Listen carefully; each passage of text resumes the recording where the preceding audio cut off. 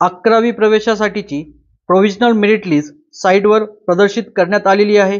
Provisional merit list पाहण्यासाठी वेबसाईटवर आल्यानंतर उजव्या कोपऱ्याला असणाऱ्या 3 रेषेवर क्लिक केल्यावर आपल्याला अशा पद्धतीने पेज आपल्यासमोर ओपन झालेले असेल।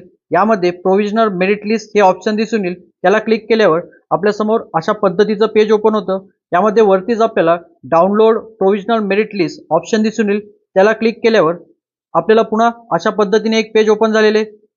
ह्यामध्ये आपल्याला वरतीच merit list of marks between 500 to 400 असा ऑप्शन दिसून येईल। म्हणजेच आता फक्त 500 ते 400 मार्क्स दरम्यानची मेरिट लिस्ट प्रदर्शित करण्यात आलेली आहे। तसेच पुढील मार्क्ससाठी मेरिट लिस्ट लवकरच साइटवर प्रदर्शित करण्यात येणार आहेत। तर आपण 500 ते 400 मार्क्स दरम्यानच्या मेरिट लिस्ट डाउनलोड करण्यासाठी ब्लू लिंकला क्लिक करायचं आहे आणि आपल्यासमोर अशा पद्धतीने प्रोव्हिजनल मेरिट लिस्ट ओपन झालेली असेल।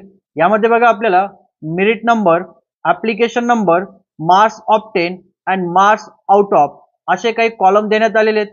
याच्यातून आपण आपल्या ॲप्लिकेशन नंबर की जो आपल्याला फॉर्म भरताना मिळाला असेल त्या ॲप्लिकेशन नंबरनुसार आपण आपले marks obtain and out of marks confirm करायचे आहेत।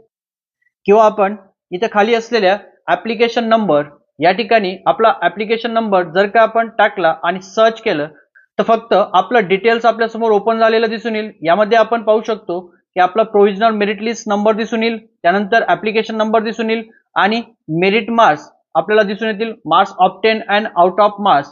तर ते आपण कन्फर्म करायचे आहेत। जर का आपलं डिटेल्स बरोबर असेल तर आपल्याला काही करण्याची गरज नसेल, पण जर का याच्यामध्ये काही बदल असतील तर आपण आपल्या लॉग इनवर जाऊन ग्रीव्हियन्स टाकू शकतो मित्रांनो। तर अशा पद्धतीने आपल्याला प्रोव्हिजनल मेरिट लिस्ट पाहता येणार आहे।